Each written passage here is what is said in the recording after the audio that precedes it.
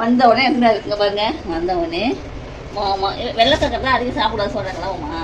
வெள்ளை சக்கரை வந்து அவுளை போட்டு போட்டு தின்றாரு மக்களே. அவுள் எடுத்துருக்காரு, வெள்ளை சக்கரை எடுத்துருக்காரு, அதில் கலந்து கொஞ்சம் கொஞ்சமாக சாப்பிடுவாரு. ஒருத்தவங்க நீ இதே இப்போ சாப்பிட்டேன்னு நினச்சிங்க, உன்னை உண்டை கட்டி மாமா அப்படின்னு சொல்லிட்டு உன்னை வந்து கலாய்க்கிறாங்க. அவங்களுக்கு நீ என்ன சொல்ல போற? உண்டை கட்டி மாமா அப்படின்னு சொல்லிட்டு உன்னை ஒருத்தவங்க கலாய்க்கிறாங்க. அவங்க நீ என்ன சொல்லுவ? ஸ்நாக்ஸ் சாப்பிட்டே இருக்கிறியா?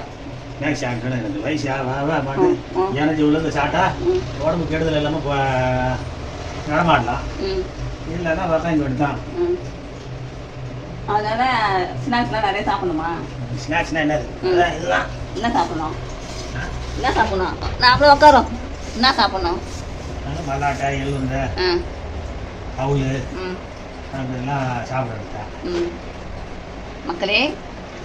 இன்னைக்கு மட்டும் இல்லை, நேற்று போட்ட வீடியோவும் சரி, அதுக்கு முன்னாடி நிறைய நாள் இந்த கண்ணன் வேணி அப்படின்ற ஒரு பிரதர், லேடிஸா இல்லை ஜென்ஸான்னு தெரியல, எப்பவுமே வந்து எங்கள் மாமா வந்து என்னை வந்து குண்டச்சின்னு கலாய்ச்சிருந்தாங்க. இப்போ எங்கள் மாமா வந்து உண்டை கட்டி மாமா அப்படின்னு சொல்லிட்டு கமெண்ட்ஸ் பண்ணுறாங்க.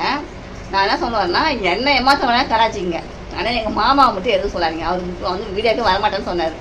நான் தான் அவர் வந்து கட்டாயப்படுத்தி அந்த வீடியோக்கு அப்படியே கொண்டாந்து கொஞ்சம் ஜாயின் பண்ணி விட்டேன்.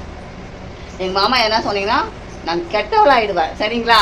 என்ன எவ்வளோ வேணால் கலாய்ச்சிங்க, ஆனால் இன்னும் ஒன்று சொல்லிக்கிறேன், என்ன சொன்னால் கூட எனக்கு கோவம் வந்துடும். ஆனால் எங்கள் மாமா என்ன சொன்னால் எங்கள் மாமாவுக்கு கோவமே வராது. நீங்கள் என்ன சொன்னாலும் சரி, எங்கள் மாமாவுக்கு கோவமே வராது. உண்மைதானே மாமா? உண்மைதானே? கோவப்பட்டு என்ன பண்ண போகுது? எங்கள் மாமா வந்து கோவமே பட மாட்டார். என்னன்னா, அவர் நம்ம எது சொன்னாலும் சரி, இந்த காலை வாங்கி இந்த காலை விட்டுட்டு போயினே இருப்பார். அதனால வந்து அவரை பற்றி நீங்கள் எந்த கமெண்ட்ஸும் போட்டாலும் பலனே கிடையாது. ஏன்னா அவருக்கு ரோசம் அப்படின்னா என்னன்னு கேட்பாரு, எங்கே விற்கிதுன்னு கேட்பாரு, அப்படின்னா என்னன்னு கேட்பாரு முதல்ல. அதனால் எங்கள் மாமா திட்டத்தில் பலனே கிடையாது. என்ன எது போட்டாலும் எனக்கு கோவம் வந்துடும். ஆனால் எங்கள் மாமாவுக்கு கோவம்லாம் வரவே வராது. அவர் ஒரு தினசான ஆள், மனிதர்களுக்கு எல்லாம் அப்பாற்பட்டவர். அவரே சொல்லுவார், கடவுள் பாதி மிருகம் பாதி சேர்ந்து செய்த கலவை நான் சொல்லுவார்.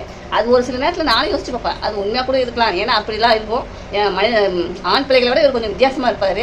அதனால் எங்கள் மாமா திட்டத்தில் புண்ணியம் கிடையாதுங்க. அதனால் நீங்கள் வந்து இந்த மாதிரி கமெண்ட்ஸ்லாம் போட்டு உங்கள் டைமை வேஸ்ட் பண்ணிக்காதீங்க, சரிங்களா? எங்கள் மாமாவை நீங்கள் திட்டத்தினால அவர் ரோசமே வராது. அதனால் வந்து கமெண்ட்ஸ் பண்ணி டைப் பண்ணி உங்கள் டைம் வேஸ்ட் பண்ணிக்காதீங்க. எங்கள் மாமா வந்த உடனே எதனா சாப்பிடுவார். என்னென்னா காலேருந்து அங்கே வேலை செஞ்சு வர்றாரு, எதுவுமே தின்ன மாட்டார்.